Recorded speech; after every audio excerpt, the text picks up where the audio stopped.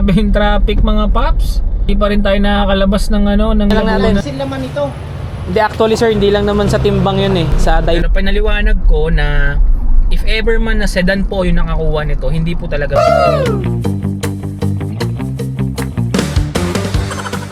Good morning mga paps! Another day, another biyahe seri na naman. Today is August 15 mga paps, araw ng Biyernes. At napakaswerte ng August natin talaga ngayon mga paps. Dahil sa din na namang inaasang pangyayari mga paps. Actually, yung mga previous vlog nga natin na aksidente tayo, nabunggo tayo ng isang motorista mga paps ang nakabunggo sa atin last time. So napanood nyo naman yan. Dahil napakaswerte natin ngayong August, nabunggo na naman tayo mga paps. Bunggo tayo ngayon mga paps nang walang kalaban-laban. Aray ko. Panoorin nyo itong video na itong mga paps.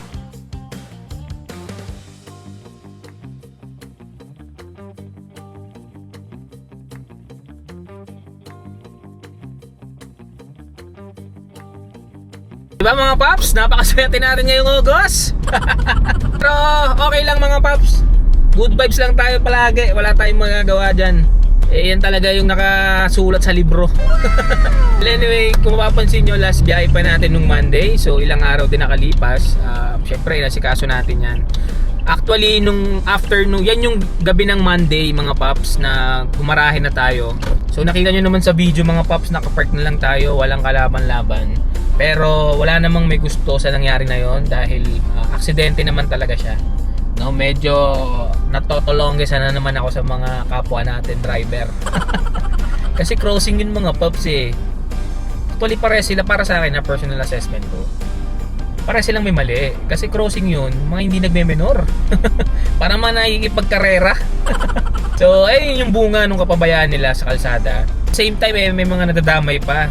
So ginawa naman na natin ang action yan mga paps, no, yung kinabukasan yan. So pumunta agad tayo sa Sector 3. So shoutout pala sa Sector 3 dyan sa may Silverville, no? Very accommodating yung mga police officer nila dyan. Especially to Police Colonel Rasos. Sir, maraming salamat sa pag-assist niyo po sa akin. So, all goods and doubts naman mga paps. Nakausap naman natin si Crosswind driver. Kasi siya talaga yung may mali. Aminado naman siya. Maayos naman siya kausap. So naipasok na rin natin sa mga kanya-kanyang insurance. All goods naman, kaso yun nga, may mga abala yan mga paps. Imagine ilang araw tayong di bumabiyahe. So kung di tayo bumabiyahe, di wala tayong income mga paps. So let's see na lang kung ano yung pa yung mapag-settle namin ni driver ng Crosswind. Paano niya ako masisettle. Kasi kinausap ko rin yung sa tricycle mga paps kasi yun talaga yung grabe dahil personal health niya natamaan. So ibig sabihin, sa pagkakaalam ko po, until now nasa hospital pa siya dahil yung sa ulo niya. Pero mga paps, ang importante naman talaga is yung yung kaligtasan ng bawat isa, lalo po sila dahil sila yung mismong nagtulong sa aksidente. Dahil tayo naman unattended naman yon dahil nakapark lang naman tayo. Goods naman na daw si Sir Tricycle kasi kinamusta ko rin, tinawagan ko rin. Kasi nung unang beses ko nakita to, kasi ang target ko that time is magpa-PMS sa Toyota. So nakaugalian ko na kasing chine-check yung sasakyan bago ako umalis. So sana ganun din kayo mga paps. Umiikot ako niyan. So yun na nga, napansin ko agad may damage yung ating unit. Nagtanong na tayo sa mga nakapaligid sa atin. So yun, ikwento nila na meron ng may aksidente nung gabi around 11:30 PM nung Monday. And then lumapit tayo sa mga tropa natin sa LGU tsaka sa barangay. So nabigyan tayo ng CCTV, doon medyo mas nalinawan na ako kung ano talaga yung nangyari. Kasi ang unang nasa isip ko, baka mamaya may lasing lang na nabunggo yung sasakyan ko eh. Ayun siya mga paps, bale pumunta ako ng Sector 3. And then yun na, pinaliwanag na sa akin na mayroong aksidente. Aminado naman si driver, willing naman siya makipag-cooperate kung ano man yung gastusin. Both parties, sa tricycle tsaka yung sa akin. So nakausap ko na si Sir, yung may-ari ng Crosswind. So medyo alam niyo naman, maawain talaga tayo. Retire na rin si Sir. Matanda na rin siya. So may mga bagay na na lang kinonsider ko. Pero syempre kahit papaano, yung natin, yung way ng pagtulong natin sa kanya para mas mapadali yung mga bagay-bagay ba. Kasi ayaw niya rin ng hassle. Sinabi ko rin na sana yung way ng pagtulong niya, sana matulungan niya rin naman ako when it comes naman sa aking daily income. Kasi malaking kawalan din yung hindi ko siya mababiyahe kapag na-schedule na ako sa Toyota kasi waiting na lang po tayo sa schedule ng insurance. So saka sa mismo ng Toyota natin 'to ipapagawa. Kasi mahirap na yung sa outside lang gawa ng medyo extreme yung pagkakabunggo sa atin. Maaring nakikita ko lang yung mga panel tupi pero di natin masabi doon sa loob, 'di ba? Kaya mas maigi na sa kasa na lang natin ipagawa. Yun na nga, medyo maayos naman talaga rin kausap si sir kaya ayoko na rin pahabain, kumbaga para matapos na lang, makamove on na lang lahat. Maraming maaabala, oras, income, 'di ba? Kasi sir may edad na rin, ayaw na rin natin ma-stress. Anyway mga paps, proceed tayo sa ating Lalamove serye. So I think nasa day 5 or 6 na ata tayo ngayon. Basta yun na yun mga paps. Actually mga paps, nakakuha na tayo ng ating booking. Ito yan mga paps. So yan yung ating first booking ngayon mga paps. Bale, drivable naman tong sasakyan. Medyo naiilang lang talaga ako i-drive siya. Baka mamaya mahulog yung bumper natin. Pero alalay muna ako mag-drive ngayon mga paps. So bale, habang inaantay natin yung ating schedule saka sa mga paps, sundutan natin ang biyahe. Time check pala mga paps, is already 11 AM in the morning. So tanghali na rin tayo nakapag-start. So yan mga paps, actually papunta na ako sa pick up niyan. So ang layo niya lang sa atin is 1.7 kilometers. So based kay Google Map, 8 to 10 minutes nandoon na po tayo sa ating pick up location. Update ko na lang kayo mamaya mga paps kapag na-pick up na natin to at malaman natin kung anong item to mga paps. Lalamove po? Kay Sir. Bali sir, dito yung payment? Yes. Lahat? Pati po yung sa toll fee? Lahat ang pinata sir. Time check mga paps, it's already 11:20. So na-pick up na natin tong booking na to. So isang box lang siya mga paps. So actually mga paps, habang inaantay ko sila sir na masakay yan sa ating unit, nakakuha na tayo ng ating pang double booking mga paps. So ayan siya. So ang ganda rin ng fare niya mga paps dahil makakidlat ata to. At the same time naka priority pick pa siya. It means ito yung uunahin natin.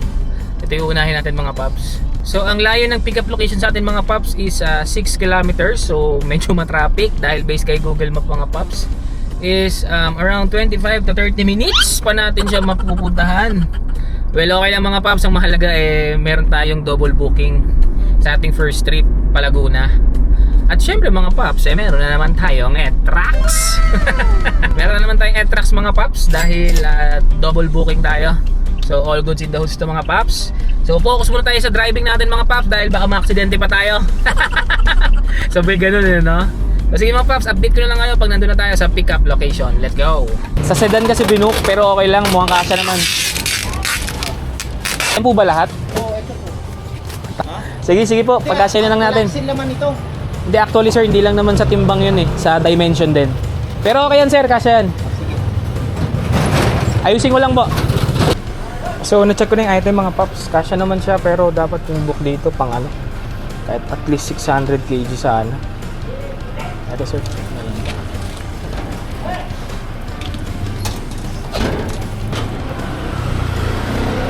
Pero paingat na lang Saan yung dalawang Time check mga paps, it's already 12:05. Grabe, ang dami. Punong-puno tayo ngayon mga paps. So sabi ko nga kay mga paps, tinawagan ko kasi siya. At least pang 300 kg na tong booking niya mga paps. As in, kasi ang lalaki ng item niya. And explain ko na hindi lang naman talaga tayo nagbe-base or si Lalamove sa kilo, sa dimension din, di ba mga paps? For example, ref na standard yung size, wala namang 300 kg yun mga paps, pero hindi kasya sa sedan yun. Nakuha niyo yung point ko mga paps. So yun yung pinapaintindi ko dun sa ating mga customer. Kasi nga baka mamaya iniisip nila nanghingi lang tayo ng dagdag. Hindi po ganoon. Actually hindi naman ako nanghingi ng dagdag kasi binook niya lang to as 200 kg. So naka-Innova naman tayo kaya nagkasya.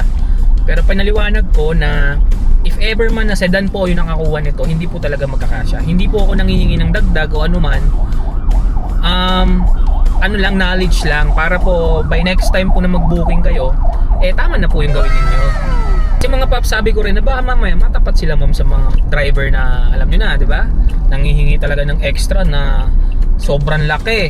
Pero tayo, hindi naman tayo ganun mga paps. Kung magkano bigay nila, magbigay man sila o hindi, okay lang. Ang mahalaga, nabigyan natin ng knowledge yung customer natin. Kasi for sure, hindi daw siya palabok kay Lalamove. Kaya naintindihan naman natin yun mga paps. Pero ang good news mga paps, sabi naman ni ma'am, ito hindi ko to sinuggest. Sabi na lang ni ma'am, mag skyway na lang daw tayo mga paps para kahit paano mabilis natin maihatid tong booking na to. Kasi kailangan na rin daw nila. So actually mga pop, change plan tayo dahil nabanggit ko kanina, uunahin natin tong booking na yan.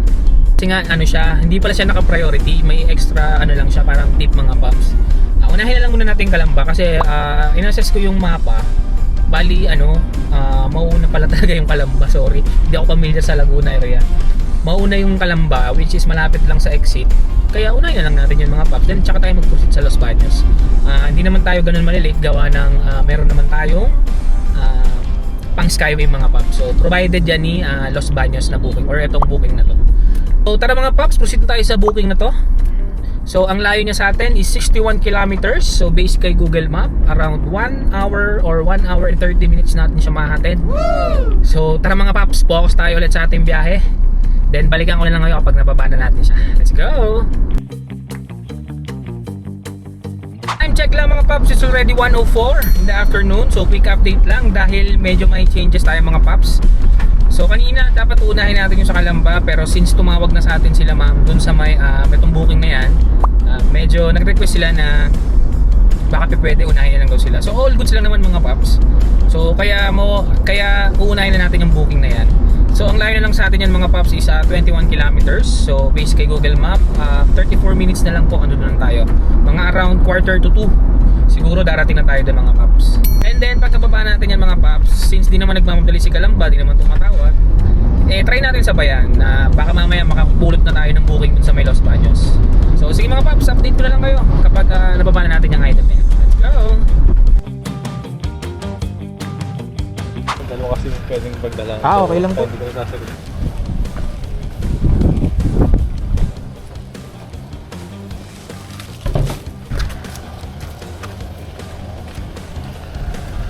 Time check mga pops, it's already 1:57. So na-drop na natin itong booking na to. All goods in those naman siya, bigla lang may tumulong mabahong amoy. Kaya nilinis pa natin yung sasakyan natin mga pops. Proceed na rin tayo mga pops sa drop off location na itong booking na to. So based kay Google Map 8 kilometers na lang ang layo niya mga pops. Kaya maganda pala yung nakuha natin booking. So around 20 to 25 minutes nandun na po tayo sa kanyang drop off location mga pops. So tara mga pops, punta na natin to, then update ko na lang kayo mamaya. Let's go! Agile din siya. Okay lang. Okay, mga equipment po. Yeah. So yun sila mga paps, nakuha na yung ating item. So nababa na natin yung booking natin. Ganda ng smile ni sir So time check mga pops, it's already 2:37 in the afternoon. So medyo nag-antay tayo dun mga pops. So na-drop na rin natin tong booking na to. So magandang balita mga pops, habang binababa natin yung booking na yan, nakuha na rin natin tong booking na to. Di ba mga pops? All goods in the hoods. Medyo may kalayuan lang yung kanyang pick up location mga pops. Based kay Google Map, 7.7 kilometers siya. So 28 minutes daw yung ETA natin. So okay na rin kahit malayo. Siyempre ang mahalaga mga pops, meron na tayong pauwi kagad. Kasi Pasig na lang yan mga pops, kahit saluhin na natin yung traffic sa EDSA. Basta makauwi lang tayo. So based kay customer mga pops, kasi natawagan ko na siya, beauty products na lang siya. So pinag-iisipan ko kung sasabayan ko pa, kasi kung makikita niyo naman mga pops, napakaganda na ng fare niya kasi naka-priority siya. Siguro rolling na tayo papunta sa kanya. Kung meron mang malapit na makuha pa tayo or madadaanan natin, kunin na rin natin, pero siya talaga yung dapat nating unahing ibaba yung yung parcel or item. So sige mga paps, update ko na lang kayo kung ano pang pwedeng mangyari sa biyahe natin. Punta na natin to. Let's go! Ay sir, kasya naman lahat dito sir. Kuya. Ay kuya, Kuya, tanong mo. Laki ito. ayos. Isang kayo sir? Meron pang iba na Ma? Pero mga under ng sec sa yung mga sec sila. Hindi ko alam Akala ko dalawa lang ang pagkakalam ko. Parang 6 sila Ayaw mga magparaya. Gusto lahat presidente. Wala, hindi ko nasasabayan to. Oo, Naka-priority naman. Pina-priority lang at ko. Di ba? Ingat po. Time check mga paps, it's already 3:25. So na-pick up na rin natin tong booking na to.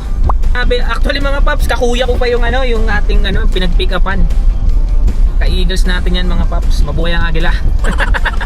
So nag-request lang na medyo bilisan lang natin dahil kailangan na daw talaga. Kaya hindi na talaga tayo mag-aantay ng kasabay nito mga paps. So proceed na agad tayo dito. Lalo na masasalo natin yung rush hour mga paps. Based kay Google Map mga paps, ang layo sa atin ng ating drop off is 48 kilometers. So pwede na rin, 1-4. Hindi ko pa nabibilang pero mukhang nagbigay ng tip si kuya eh. So sinagot na rin yung ating expressway syempre mga paps. Sige mga paps, update ko na lang kayo kapag na-drop na rin natin itong booking na to dahil maulan na rin. So sige na mga paps, let's go! Time check mga paps, 4:07 na ng hapon. Grabe yung traffic mga paps. Hindi pa rin tayo nakakalabas ng ng Laguna sa expressway. Grabe, tas base kay Google Map pati dun sa may pasukat. Salong-salo talaga natin yung rush hour ngayon. Pero ang malaga mga paps, mahatid natin to ng maayos. So mukhang makakapag-antay naman sila ma'am. At expected na rin nila na kahit naka-priority sila, rush hour na rin nila yan. Nabook tong na to, booking na to. So update ko na lang kayo ulit mamaya mga paps. Let's go. Grabe yun, sikip dito ma'am. Paano ko kaya palabas ko? Ay, pwede yan dito sa may Dire- kanto na yan. Yung sa... Palabas pa lang ako ng SLEX galing Laguna. Sobrang traffic na. Siguro 1 oras ako doon. Oh, kaya nga sabi ko, kanina ko pa tinitingnan dun sa nyo. Sa mapa? Oo, sabi ko, kanina pa si Kuya nakatulog Oh, na. wala akong kasabay yan ma'am. Sa inyo lang talaga kasi naka-priority. Priority nga, oo. Grabe yung daan mga paps. Sobrang sikip, ang dami pa nakapark. So dito talaga sa Pasig, grabe. Time check mga paps, it's already 8:32 in the evening. So grabe yung traffic natin mga paps. Woo! So imagine mga paps, palabas pa lang ako ng Laguna, inabot na ako ng kulang-kulang 1 oras. Then pagdating ng SLEX naman, kulang-kulang 2 oras naman mga paps. Buti na lang kahit paano nakabirit tayo sa C6, no? Buti maintindihin naman yung ating naging customer dahil almost parang 4 ata ako umalis doon, tapos 8:30 na. So almost 4 hours natin siya maihahatid, no? So grabe yung naging biyahe natin na yun mga paps. At isa pa, grabe rin yung naging customer natin. Naiya na lang rin ako kaya sinunod ko na lang siya. Kasi mga paps, sobrang sikip po nung daan. Grabe as in, first time ko pong makadaan sa ganong lugar. Talagang konting-unti lang yung pagitan mo, talagang sasabit ka na doon mga paps. Buti na lang talaga kahit pa paano hindi tayo sumabit kasi sobrang hirap. Ayan, nakikita nyo naman sa video mga paps, di ba? Ang sikip ng daan, ang sikip na nga niya, parang lang siya 2 dipa. Tapos hindi naman 2 dipa, naman yung 2 dipa. Maluwag sana siya kung walang nakapark, kaso may nakapark pa. So parang saktong-sakto lang talaga yung sasakyan natin dun. Tapos meron pang pinilit pa ni ma'am na pumasok ako dun sa Skinita. Kasi ako mga paps, sa Skinita na talaga yun. Pero pinilit niya akong pumasok dun. Alam niyo yung ang hirap kumaliwa dahil sa sobrang sikip ng daan. Pero tagal, nakakaya na rin kasi ang dami na rin tricycle sa likod ko. Kasi feeling ko pang tricycle lang yung daan na yun eh. Ewan ko ba kung ba't pinilit pa nung customer natin dun. So sana ngayon next time mga paps, or sa mga customer na mahilig mag-book kay Lala mo, sana naman po consider din natin yung yung driver tsaka yung sasakyan. If ever man po na alam nyo sa sarili nyo na masikip na yung daan, wag nyo na po ipapilit na ipapasok kasi katutusok pwede naman dun sa may kanto lang eh. Ang luwag dun sobra. Tapos yung tumulong naman kay ma'am, marami rin katumbas din ng isang box, isang tao, ganun. Sa mga bata, sa may mga matanda rin. So pwede naman palang ganun. Hindi na lang ganun ginawa ni ma'am sa akin. Talagang pinapilit niya talagang ipapasok. Ay, wala tayong magagawa mga paps, may mga ganun talagang customer. Pero mahalaga mga paps walang nangyaring masama sa atin. Feeling ko rolling na ako pa uwi. Kung may makuha man tayong booking, i-update ko na lang kayo mga paps. Then kung wala, proceed na agad tayo sa ating competition. So yun lang mga paps, balikan ko na lang kayo mamaya. Let's go! Touchdown na tayo mga paps. Time check, it's already 9:47 in the evening. Halos 12 hours tayong bumiyahe ngayong araw mga paps. Pero yung 1 hour doon, syempre nilalaan natin yan para kumain at magpahinga. So bago tayo mag-compute mga paps ng kinita natin, syempre palagi naman natin inuuna kung ano po yung naging gas consumption natin ngayong araw. So, ang ating naging gas consumption ngayong araw mga paps is 9.61 something. Tinakbo natin mga paps, kung makikita nyo dyan is 156 kilometers po ang natakbo natin. Then 16.23 po yung napakarga. natin na diesel. So around na sa 900 plus po yung naging diesel natin ngayon. So yan po yung naging gas consumption natin. So palagi kong sinasabi na isinasama ko yan para lang malaman ng iba kung tipid ba tong Innova. So proceed na tayo sa ating computation mga paps. So ang ating naging gross income para ngayong araw mga paps ay 3,359. So all goods na rin mga paps kahit wala tayong nakuwang booking mula Pasig dahil nabibisit ako dun sa lugar na yun sa may pinagbuhatan Pasig mga paps. Grabe talaga kasi medyo na stress ako dun sa customer ko dun dahil talagang ipinilit niya na isiksik ko dun yung sasakyan natin. Ako na nga nahihiya dahil nagkukos na tayo ng traffic, lalo yung mga tricycle tsaka yung mga nakamotor. Sobrang sikip talaga mga paps first time kong pumasok sa ganung lugar. So sige mga paps, isa-isahin natin yung kinita natin ngayong araw. So kung makikita nyo dyan mga paps, yung 2,293 pesos. So ayan po yan. So yan po yung naging income natin kay Lalamove. Awas na po dyan yung commission niya. And then yung 260 mga paps, syempre alam niyo na kung ano yung mga paps. Yan yung naging ETRAX natin dahil double booking po yung first trip natin papuntang Laguna. So yung 106 naman dyan mga paps, yan naman po yung binigay na tip sa atin nung ating booking dun sa may Los Baños dahil po yung drop off niya dun lang, hanggang dun lang po sa gate ng subdivision. Pero medyo malayo pa, pero around ano lang naman, 1 to 2 kilometers lang. So medyo may pangunawa si ma'am kasi kahit di ako magsabi, nagbigay pa rin si ma'am. Siyempre mga paps, hindi naman dyan natatapos yung ating computation dahil gross income pa lang yan. So proceed na tayo sa ating neto or ang ating may uwing pera. Ang ating neto or take home money para ngayong araw mga paps is all goods na rin. Medyo nagsunog lang kasi tayo ng diesel mula dun sa Pasig pauwi dito sa atin sa Diliman, Quezon City is 1,647. So all goods in the hoods pa rin mga paps kahit wala na tayong nakuha booking pa uwi. So explain ko lang kung ano-ano ba yung mga nagastos natin ngayong araw. So yung 942 mga paps, yan po yung naging diesel natin ngayong araw. Then yung 185, yan naman po yung ating kinain ngayong araw. Parang hindi na nga siya lunch kasi anong oras na rin ako nakakain. Actually nga mga paps, nakakain na ako dun sa SLEX. So sobrang traffic, dun na lang ako kumain. So medyo parang di rin maganda pala yung ganun kasi parang sakit sa tagiliran. So yung 85 pesos mga paps, yan naman po yung ating naging iced coffee mga paps sa umaga, pampagising lang. At syempre mga paps, di natin pwedeng kalimutan yung 500 pesos na car maintenance. Diba? So very important na nagtatabi tayo ng pang car maintenance para if ever man na nangailangan na ng biglaang pagpapalit ng kung ano man dito sa sasakyan nyo. Kunyari, for example, yung mga gulong or pag change oil ninyo, hindi kayo mahirapan maghagilap ng pera para pambayad. At the same time, kung gusto niyo may mga accessories kayo sa sasakyan niyo, isa yan sa makakatulong sa inyo para hindi naman kayo magipid or maghanap pa ng pambayad dun sa mga accessories na trip nyong bilhin. So yun mga paps, naging successful na naman ang ating Lalamove serye. Hindi ko lang alam kung day 5 na yun o day 6. Basta yun na yun mga paps, medyo natatambakan na nga tayo ng video dahil nahihirapan na rin ako mag-edit ng yung pang every time na babiyahe ako.